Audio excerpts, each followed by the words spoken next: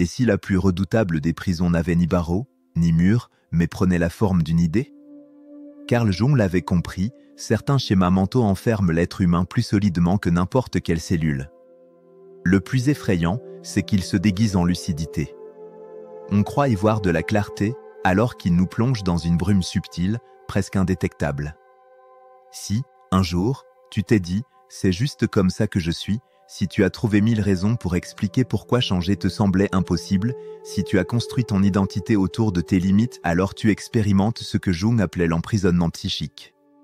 Ce n'est pas une théorie abstraite, c'est le mécanisme invisible qui empêche plus de transformation que n'importe quel obstacle extérieur. Et ce piège est redoutable, car il donne l'illusion d'être éveillé. Jung a découvert pourquoi il est si séduisant, pourquoi il se déguise en connaissance de soi, et comment il a réussi à libérer des patients restés prisonniers de leurs propres pensées pendant des décennies. Ce modèle, tu l'exprimes sans même t'en rendre compte, à travers une phrase que tu utilises peut-être tous les jours. Et la reconnaître, c'est déjà entrouvrir la porte de ta liberté intérieure. Avant de plonger plus loin dans cette exploration, prends un instant, si tu ressens, en écoutant cela, comme un écho intérieur, abonne-toi à cette chaîne. Ici, on explore la conscience, la transformation et le génie de Jung avec la profondeur qu'il mérite. Ta présence ici n'est pas un hasard. En 1920, Jung reçut un patient qu'il appela Wilhelm. L'homme semblait doté d'une conscience de soi impressionnante. À 42 ans, il pouvait décrire ses difficultés avec une précision chirurgicale.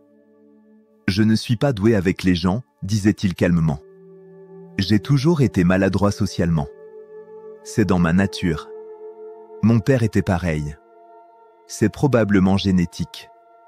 J'ai fini par l'accepter. » Wilhelm menait une existence stable, un bon emploi, une vie solitaire, aucun lien intime véritable. Et, à première vue, il semblait en paix avec cela. Il n'était pas venu voir Jung pour changer, mais pour soulager ses migraines chroniques. Jung l'écouta longuement, puis posa une seule question. « Quand avez-vous décidé que c'était votre nature ?» Wilhelm fronça les sourcils, un peu décontenancé. « Décidé ? Je n'ai rien décidé. C'est simplement ce que je suis. J'ai toujours été comme ça. » « Toujours, insista Jung. Vous êtes né socialement maladroit ? » Wilhelm hésita. « Non, pas à la naissance, mais vers 7 ou 8 ans, oui. Je me souviens être devenu l'enfant silencieux de la classe. Jusqu'à cet instant, il n'avait jamais réfléchi à ce qu'il était avant cela. Et là, le silence s'installa. Il venait de découvrir une faille dans le récit qu'il s'était répété toute sa vie. Jung comprit immédiatement ce qu'il observait, l'enfermement psychique d'un homme qui avait transformé une limite passagère en identité permanente. Pendant 35 ans, Wilhelm avait accumulé des preuves pour confirmer ce qu'il croyait être une vérité immuable sur lui-même. Jung écrira plus tard: « La prison la plus terrifiante est celle que nous érigeons de nos propres mains, puis dont nous oublions être les bâtisseurs. Nous devenons à la fois le gardien et le prisonnier, convaincus que la porte a toujours été fermée. » Le plus grand piège de l'esprit humain, c'est qu'il transforme parfois la lucidité en captivité. Ce que Jung observait chez Wilhelm n'était pas un manque de conscience, mais un excès mal orienté. L'homme savait décrire son mal-être avec une précision admirable, mais cette clarté même l'enchaînait. Il avait confondu comprendre avec accepter et accepter avec abandonner. Wilhelm avait bâti toute son identité autour d'une limite qu'il croyait inscrite dans sa nature. Il ne disait pas « j'ai de l'anxiété sociale », mais plutôt « je suis socialement maladroit ».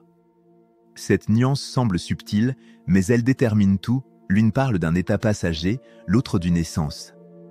Et lorsqu'un comportement devient une identité, le changement se transforme en menace existentielle. Jung nommait cela la fusion identitaire, le premier verrou de la prison psychique. Lorsque l'on fusionne un schéma comportemental avec l'idée que l'on se fait de soi-même, toute tentative de transformation ressemble à une autodestruction. Wilhelm ne pouvait pas devenir plus à l'aise socialement sans avoir l'impression de perdre son moi. Et c'est là que commence la tragédie, quand changer revient à mourir symboliquement. L'histoire est ancienne. Friedrich Nietzsche, par exemple, écrivait que sa maladie l'avait façonné. Dans ses lettres, il affirmait « Sans ma souffrance, je serais banal ». Quand sa santé s'améliora temporairement, il vécut une crise d'identité. « Je me sens me perdre », confia-t-il à un ami. La douleur me définissait, sans elle je ne suis rien. C'est la peur fondamentale de tout être humain, perdre le sens de soi si ses blessures disparaissent. Les études modernes le confirment. Le psychologue Dan McAdams, spécialiste de l'identité narrative, démontre que nous écrivons notre vie comme une histoire. Et dans cette histoire, nos limites deviennent souvent les personnages principaux. Retirer ces limites, c'est risquer de déstabiliser tout le récit. C'est ce que Jung voyait chez Wilhelm. Son isolement n'était plus une souffrance, mais une vertu. Sa maladresse n'était plus un frein, mais une marque d'authenticité. Chaque carence émotionnelle était devenue un trait de personnalité. Et plus il renforçait cette cohérence, plus sa cage se solidifiait. La psychologie moderne parle aujourd'hui de concept de soi cristallisé. C'est l'état d'un esprit qui a cessé d'être en mouvement. Les recherches de Carol Dweck sur les mentalités fixes montrent que ceux qui pensent leurs traits immuables évitent les défis, se découragent plus vite et tombent plus souvent dans la dépression. Parce qu'ils ont fait de leurs frontières des murs infranchissables. Mais le plus effrayant, c'est que cette prison ne ressemble pas à une prison. Elle prend les apparences de la sagesse, du calme, de la maturité. Wilhelm ne niait rien, il avait accepté ce qu'il croyait être sa nature. Cette acceptation paraissait noble, presque spirituelle, mais c'était en réalité la résignation la plus profonde. Et il y a une raison à cela, découverte des décennies plus tard par les neurosciences. Le docteur Bruce Wexler a démontré que le cerveau privilégie la cohérence à la vérité. Autrement dit, il préfère avoir tort mais rester cohérent, plutôt que d'avoir raison et devoir se transformer. Une fois que tu as formé une image de toi, ton cerveau devient le gardien de cette image, il filtre, trie et efface tout ce qui la contredit. Wilhelm avait passé 35 ans à ne voir que les situations confirmant sa timidité. Chaque maladresse devenait une preuve, chaque succès un accident. Il se souvenait du malaise, jamais de la connexion. Et c'est ainsi que, peu à peu, un enfant timide devint un adulte convaincu d'être irrémédiablement seul. Jung appela cela la boucle de la preuve, quand ton esprit devient l'avocat de ta propre limite. Tu ne cherches plus la vérité, tu défends ton récit. Et plus tu le défends, plus il semble vrai. Il arrive un moment où la vie cesse de coopérer avec notre illusion. Quand ce que nous croyons stable commence à se fissurer, non pas parce que le monde change, mais parce que quelque chose, à l'intérieur, refuse désormais de se taire. C'est ce que Jung appelait le moment de la dissonance, l'instant où l'âme se révolte contre le récit que nous avons fabriqué pour survivre. Chez Wilhelm, cela se manifesta sous une forme étrange. Ses migraines, qu'il croyait purement physiques, devinrent plus fréquentes, plus intenses, presque violentes. Aucun traitement n'y faisait rien. Et Jung, plutôt que d'ajuster les doses, lui posa une question inattendue. « Que refusez-vous de voir ?» Wilhelm répondit qu'il ne comprenait pas. Alors Jung ajouta calmement, « Le corps crie ce que l'esprit tait. Si vos pensées vous maintiennent dans une paix artificielle, votre corps prendra le relais pour réveiller ce que vous avez refoulé. » C'est ici que commence la véritable thérapie jungienne, dans le dialogue entre le corps, l'inconscient et la conscience. Chaque symptôme devient un message, chaque douleur un mot dans le langage du non-dit. Wilhelm, malgré lui, était en train de s'éveiller. Ses migraines n'étaient plus seulement des douleurs, elles étaient des signaux d'alarme, des fissures dans le mur qu'il avait construit entre lui et lui-même. Jung lui demanda alors de décrire la première fois qu'il avait ressenti cette douleur.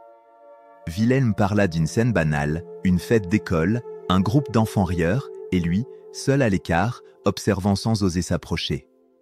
Il se souvint du moment où une fille de sa classe s'était moquée de lui. Et de la phrase qu'il s'était juré de ne plus jamais oublier, « Je ne ferai plus jamais confiance à personne pour me valider ». Cette promesse silencieuse, faite à 8 ans, avait façonné toute son existence. C'est ainsi que naît ce que Jung nomme le complexe, une graine d'émotion plantée dans l'inconscient qui pousse dans l'ombre et influence chaque décision future. Le complexe agit comme un programme invisible. Il répète, il attire les mêmes scénarios, il rejoue sans fin le souvenir initial jusqu'à ce que la conscience décide enfin de le regarder en face. Wilhelm réalisa alors que sa solitude n'était pas un trait de caractère, mais un bouclier. Un mécanisme mis en place pour éviter la blessure de l'enfance. Chaque retrait, chaque silence, chaque distance émotionnelle était une manière de ne plus jamais ressentir cette honte originelle. Mais plus il se protégeait, plus il s'isolait. Et plus il s'isolait, plus la douleur qu'il voulait fuir se renforçait. C'est le paradoxe fondamental du psychisme humain, ce que nous fuyons finit par nous définir. Nous construisons des forteresses contre nos blessures, et ce sont elles qui deviennent nos murs d'identité. Jung disait « Ce que l'on ne veut pas affronter dans la conscience revient sous la forme du destin ». Wilhelm comprit, lentement, que ce qu'il appelait « nature » n'était qu'une histoire répétée depuis l'enfance. Une histoire dont il était à la fois l'auteur, le narrateur et le prisonnier. Cette révélation ne le libéra pas tout de suite. Au contraire, elle l'effraya. Car voir la vérité, c'est aussi voir tout ce qu'on a perdu à force de se mentir. Mais Jung savait que cette peur était le signe que le processus d'individuation commençait enfin. L'ego résiste toujours quand l'âme réclame sa métamorphose. Et c'est souvent là que la plupart des gens reculent, quand la lumière devient trop forte, quand les illusions brûlent, quand il faut renoncer à ce qu'on croyait être soi. Pourtant, c'est dans cette brûlure que naît la conscience véritable. Celle qui ne repose plus sur la certitude, mais sur la vérité. Celle qui ne cherche plus à être aimée, mais à être libre. Le plus grand paradoxe de la guérison, c'est qu'elle commence souvent au moment où tout s'effondre. Lorsque les certitudes se dissolvent, lorsque les masques se fissurent, lorsque l'ego ne peut plus prétendre qu'il contrôle. C'est à cet instant précis que l'âme, lassée de se taire, commence à parler. Et sa voix, d'abord faible et tremblante, prend la forme d'un malaise, d'un rêve étrange, d'une fatigue qui ne passe pas. Wilhelm entra dans cette phase sans même s'en rendre compte. Il se mit à rêver d'escaliers sans fin, de couloirs obscurs, de portes qu'il n'osait pas ouvrir. Chaque matin, il se réveillait avec la même sensation, comme si quelque chose, dans ses profondeurs, voulait remonter à la surface. Jung reconnut immédiatement le symbole. Le rêve de la descente, l'un des plus puissants archétypes de l'inconscient, représente la confrontation avec l'ombre, cette partie cachée de nous-mêmes que nous refusons de regarder. L'ombre, disait Jung, n'est pas le mal. C'est tout simplement ce que nous avons refoulé, nos colères, nos désirs, nos peurs, nos besoins étouffés. Chaque fois que nous disons « ce n'est pas moi », nous déposons un fragment de nous dans cette zone obscure. Mais l'ombre ne disparaît pas. Elle attend, silencieuse, jusqu'à ce qu'une crise psychique vienne la réveiller. Chez Wilhelm, cette ombre prit le visage de la colère. Une colère longtemps niée, transformée en rationalité, en calme apparent, en pseudo-sagesse. Mais derrière son attitude détachée, une rage ancienne bouillonnait, celle d'un enfant qui n'avait jamais pu exprimer sa douleur. Et cette colère, parce qu'elle n'avait jamais été reconnue, s'était cristallisée en migraine, en solitude, en fatigue existentielle. Jung lui dit un jour, « Vous souffrez non pas parce que vous êtes brisé, mais parce que vous êtes complet. Vous sentez en vous des forces opposées qui refusent de s'unir. Votre esprit tente de censurer ce que votre âme veut révéler. » Le processus de guérison, selon Jung, n'est donc pas un retour vers la lumière, mais une traversée du noir. Car ce n'est qu'en entrant dans l'obscurité que l'on découvre la véritable source de la lumière. La plupart des gens veulent guérir sans descendre, comprendre sans ressentir, pardonner sans affronter. Mais la transformation réelle exige la rencontre avec l'ombre, cette part de soi que l'on a reniée, mais qui détient la clé de notre liberté. Pendant des semaines, Wilhelm plongea dans cette exploration intérieure. Les séances avec Jung se transformèrent en voyage dans sa propre mémoire, les visages oubliés, les humiliations silencieuses, les désirs étouffés, les mots qu'il n'avait jamais osé prononcer. Chaque souvenir libéré faisait remonter une émotion, parfois douloureuse, parfois libératrice. Mais derrière chaque larme, quelque chose s'ouvrait. Comme si la lumière, filtrant à travers les fissures, révélait peu à peu les contours de son être authentique. Jung notait dans son journal, il commence à comprendre que la douleur n'est pas un ennemi, mais un messager. L'ombre, une fois reconnue, devient guide. C'est le cœur du processus d'individuation, accepter de se rencontrer entièrement, sans phare, sans justification. Reconnaître que l'on n'est pas seulement ce que l'on montre, mais aussi tout ce que l'on cache. Et que la véritable liberté ne vient pas du contrôle, mais de la réconciliation intérieure. Un jour, Wilhelm confia, « J'ai peur de devenir quelqu'un d'autre si je laisse cette colère exister. » Jung répondit doucement, « Vous ne deviendrez pas quelqu'un d'autre. Vous cesserez simplement d'être une moitié. » À partir de ce moment, les migraines diminuèrent. Non pas parce qu'elles avaient été soignées, mais parce que leur message avait été entendu. Et dans le silence qui suivit, Wilhelm découvrit quelque chose qu'il n'avait jamais ressenti, une paix qui ne venait pas de la résignation, mais de la vérité. Il existe une étape dans tout processus de transformation où le silence devient la seule vérité. C'est un moment étrange, presque sacré, où le tumulte intérieur se calme sans prévenir. Les pensées cessent de se battre, les émotions se posent comme des feuilles après une tempête. Ce n'est pas encore la paix, mais une accalmie profonde, le prélude à la renaissance. Wilhelm entra dans cette phase sans même s'en rendre compte. Ses migraines s'étaient apaisées, et avec elles, la tension constante qui habitait son corps. Il parlait moins, réfléchissait autrement. Il commençait à observer ce qu'il ressentait, sans chercher à le corriger. C'est ce que Jung appelait la position symbolique, la capacité de contempler son vécu sans s'y perdre, de se tenir à la frontière entre conscience et inconscient. Lors d'une séance, Wilhelm dit simplement « Je crois que je comprends enfin pourquoi je me suis protégé ». Puis il ajouta, après un long-silence. Ce n'était pas de la peur, c'était de la honte. La honte d'avoir été fragile, d'avoir eu besoin qu'on m'aime. Jung hocha la tête. Ce que vous appelez honte est la trace d'un amour que vous n'avez jamais reçu. L'enfant que vous étiez n'avait pas peur d'aimer, il avait peur de ne plus exister si on ne l'aimait pas en retour. Et vous avez choisi la solitude pour ne plus dépendre de personne. Mais en vous isolant, vous avez aussi rejeté votre capacité à recevoir. Cette phrase le bouleversa. Il comprit que sa solitude n'était pas un choix spirituel, mais un pacte passé avec la peur. Et ce pacte, il pouvait enfin le rompre. C'est là que naît la renaissance intérieure, quand ce que l'on croyait être une malédiction révèle sa fonction sacrée. La douleur devient enseignement. La blessure devient porte. L'ombre devient lumière. Et ce que l'on avait enterré en soi se transforme en source de vie. Wilhelm commença à rêver différemment. Les escaliers sans fin se transformèrent en chemins ouverts, les portes fermées s'ouvraient sur des paysages apaisants. Dans un rêve marquant, il aperçut un enfant jouant dans un champ de lumière. Lorsqu'il s'en approcha, l'enfant leva les yeux et dit « Tu es enfin venu me chercher ». Le lendemain, Jung lui expliqua « Cet enfant, c'est la part de vous qui a attendu que vous reveniez. Tant que vous viviez dans la peur, il restait enfermé. Maintenant que vous osez le regarder, il peut respirer à nouveau. » Wilhelm comprit alors que la guérison n'était pas un retour vers l'ancien soi, mais la rencontre avec celui qui n'avait jamais eu le droit d'être. L'être véritable n'apparaît pas quand on élimine ses failles, mais quand on les intègre. Ce n'est pas en se perfectionnant que l'on se libère, mais en s'unifiant. C'est le paradoxe de toute renaissance, elle ne crée rien de nouveau, elle révèle ce qui a toujours été là. La lumière n'entre pas en nous, elle se réveille. Jung décrivait cela comme le processus d'individuation, le cœur de sa pensée.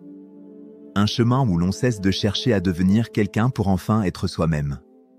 Et ce chemin ne se parcourt pas en ligne droite, il se vit en spirale, en aller-retour entre la conscience et l'inconscient, entre le passé et le présent, entre le moi et l'âme.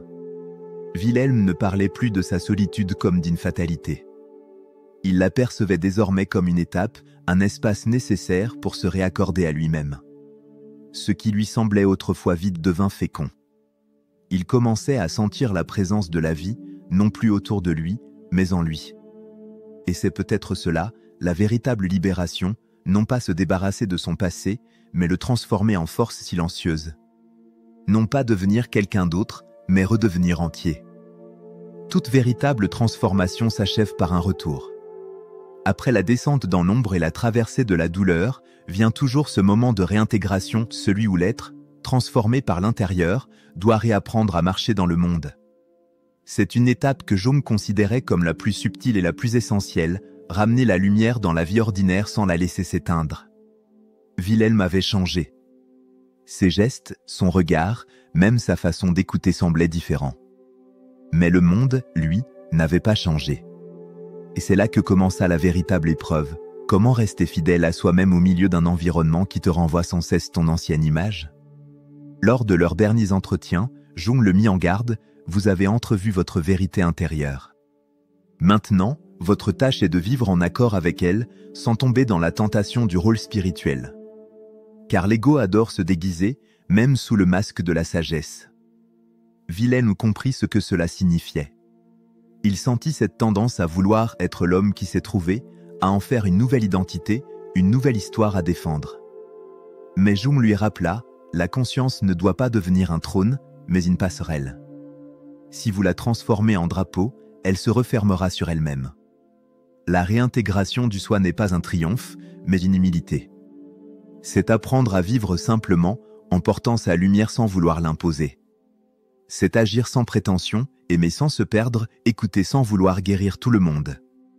C'est comprendre que le vrai changement ne se prouve pas, il se manifeste dans la manière d'être. Wilhelm recommença à sortir, à parler à ses collègues, à accepter des invitations qu'il aurait autrefois refusées. Mais cette fois, il n'y allait pas pour prouver qu'il était différent. Il y allait pour expérimenter ce qu'il n'avait jamais osé ressentir, la présence. Il n'attendait plus d'être compris, ni même aimé. Il se contentait d'être là, pleinement, sans stratégie, sans peur. C'est ainsi qu'il redécouvrit la relation humaine non plus comme une menace, mais comme un miroir vivant. Chaque regard devenait une opportunité de se connaître davantage. Chaque échange, une danse entre deux consciences. Et dans ce mouvement naturel, il sentit quelque chose de nouveau, la paix de ne plus devoir se défendre. Jung écrivait à ce propos, lorsque l'homme s'accepte tout entier, il n'a plus besoin de convaincre personne. Son silence devient enseignement. Wilhelm n'était pas devenu un sage retiré du monde. Il était redevenu un homme parmi les hommes. Mais cette fois, il portait en lui une profondeur que rien ni personne ne pouvait lui retirer. Le bruit extérieur ne l'atteignait plus de la même manière. Les critiques glissaient. Les regards ne le définissaient plus. Car il avait compris que la seule validation authentique venait du dialogue entre son âme et sa conscience. La réintégration du soi, c'est cela, ramener la spiritualité dans le quotidien. Faire de chaque geste simple, parler, travailler, aimer, respirer un acte conscient. Ne plus séparer le sacré du profane. Ne plus chercher la lumière ailleurs que dans la présence. C'est le point d'équilibre entre les deux mondes, celui du dedans et celui du dehors. L'individu qui a plongé dans l'ombre et affronté sa vérité ne fuit plus la réalité, il l'habite. Il ne cherche plus à s'élever au-dessus des autres, il s'enracine parmi eux, avec compassion. Wilhelm termina sa thérapie 1 an plus tard. Il n'était ni guéri ni illuminé. Il était simplement devenu entier. Et dans cette complétude tranquille, il trouva ce que Jung appelait le sentiment lumineux, cette vibration intérieure qui surgit quand l'âme reconnaît qu'elle est enfin chez elle. Une fois qu'un être s'est rencontré véritablement, il découvre une vérité que peu osent regarder, il n'était jamais seul. Car en plongeant dans son propre inconscient, il touche quelque chose de plus vaste, un espace intérieur que Jung appelait l'inconscient collectif, ce réservoir de symboles, d'expériences et de forces partagées par toute l'humanité. Et c'est là que commence la dernière métamorphose, le passage du moi individuel au soi universel. Wilhelm, sans le savoir, entra dans cette dimension subtile. Un jour, en marchant dans la rue, il eut la sensation étrange que tout autour de lui respirait. Les visages inconnus semblaient familiers. Chaque personne qu'il croisait portait en elle une histoire semblable à la sienne, la peur, le désir, la quête, la blessure. Il réalisa que son propre combat intérieur n'était qu'une variation du combat de tous les êtres humains. Et ce sentiment d'unité le bouleversa. Jung appelait cela le sentiment du soi, non pas le « moi » qui se définit, mais la conscience qui relie. Lorsque cette perception s'éveille, l'individu cesse d'exister contre le monde, il commence à exister avec lui. La séparation, cette illusion fondamentale de la psyché, s'effrite lentement, laissant place à une compréhension plus vaste. Le bien et le mal, la lumière et l'ombre, ne sont plus des opposés, mais les deux battements d'un même cœur cosmique. Wilhelm nota dans son journal « Je crois que je comprends ce que signifie être vivant. Ce n'est pas dominer le monde, ni s'en détacher. C'est sentir qu'on en fait partie, entièrement, jusque dans la douleur. » Cette lucidité nouvelle ne rendait pas sa vie plus facile. Au contraire, elle le rendait plus sensible. Il percevait la souffrance des autres, les tensions dans les regards, les blessures dissimulées derrière les sourires. Mais au lieu de fuir, il apprit à accueillir. Non plus par pitié, mais par reconnaissance. Il voyait dans chaque être humain le reflet d'une parcelle de lui-même. Jung disait souvent à ses élèves, plus un homme devient conscient, plus il ressent la douleur du monde. Mais c'est aussi dans cette douleur qu'il découvre la compassion. La compassion n'est pas la pitié, ni la bonté forcée. C'est la compréhension intime que personne n'est exempté du chaos intérieur.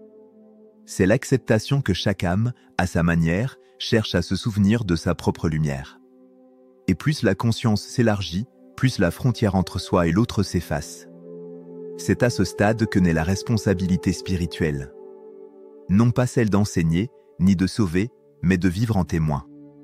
Car un être éveillé n'impose pas sa lumière, il l'incarne simplement. Son existence devient une invitation silencieuse. Sa paix devient contagieuse. Et cette simple présence, sans discours ni mission, modifie subtilement le monde. Wilhelm en fit l'expérience sans le chercher. Ses collègues commencèrent à lui parler autrement. Des personnes qu'il connaissait à peine venaient se confier à lui, sans savoir pourquoi. Son calme avait quelque chose de magnétique. Il n'enseignait rien, il écoutait. Et dans ce silence, il offrait ce que Jung appelait la fonction du guérisseur intérieur, la capacité d'apaiser sans intervenir. Ce n'est qu'à ce moment qu'il comprit le véritable sens de sa transformation. Tout ce chemin, toute cette douleur, n'avait jamais eu pour but de l'isoler, mais de l'ouvrir. L'ombre qu'il avait affrontée n'était pas un ennemi, elle était la porte par laquelle il accédait à la conscience du tout. Et cette réalisation lui donna un sentiment de gratitude pure. Il ne remerciait plus la vie pour ses joies, mais aussi pour ses tempêtes, car sans elle, il ne se serait jamais souvenu de sa profondeur. Wilhelm avait quitté la psychologie de l'ego pour entrer dans celle de l'âme. Et c'est dans cette bascule que la guérison devient illumination. Non pas une extase, mais un état de présence absolue où chaque instant est perçu comme un fragment du divin. Il existe un moment, au bout de tout processus intérieur, où l'on ne cherche plus à devenir quelqu'un d'autre. Où la quête cesse d'être une fuite et devient une présence. Ce moment-là, c'est la véritable libération. Non pas celle des chaînes visibles, mais celle des prisons mentales, des identités figées, des vérités que l'on confondait avec soi. Wilhelm y parvint lentement. Un matin, assis face à la lumière naissante, il comprit que le changement n'était pas une destination, mais un état d'ouverture. Qu'il n'avait pas évolué vers une version meilleure de lui-même, il avait simplement cessé de défendre celle qui n'existait plus. Ce n'était pas un triomphe, mais une délivrance. Il sentit une paix étrange, douce, silencieuse. Une paix sans euphorie, sans drame, mais profonde, enracinée.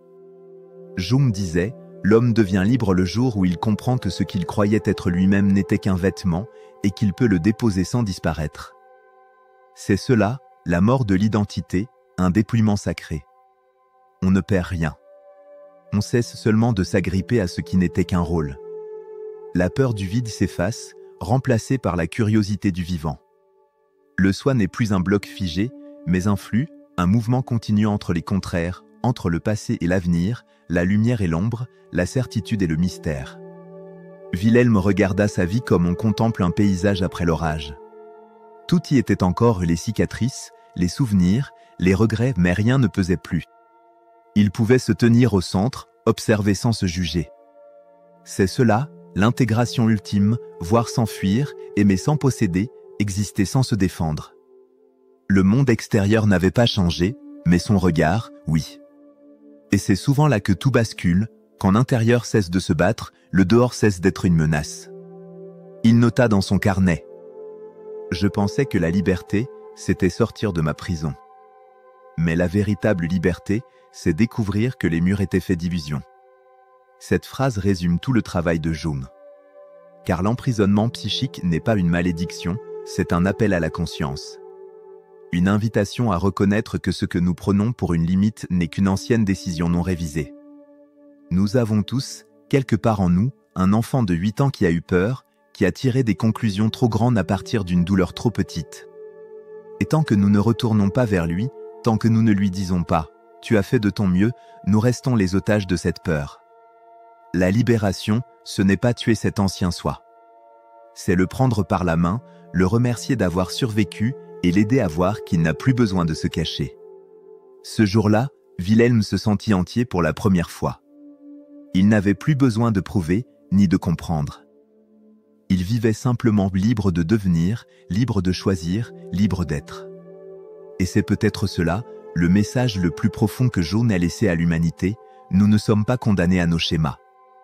Nous pouvons les comprendre, les transformer, les traverser. Nous ne sommes pas les gardiens de notre prison, nous en sommes les architectes et les bâtisseurs de la clé.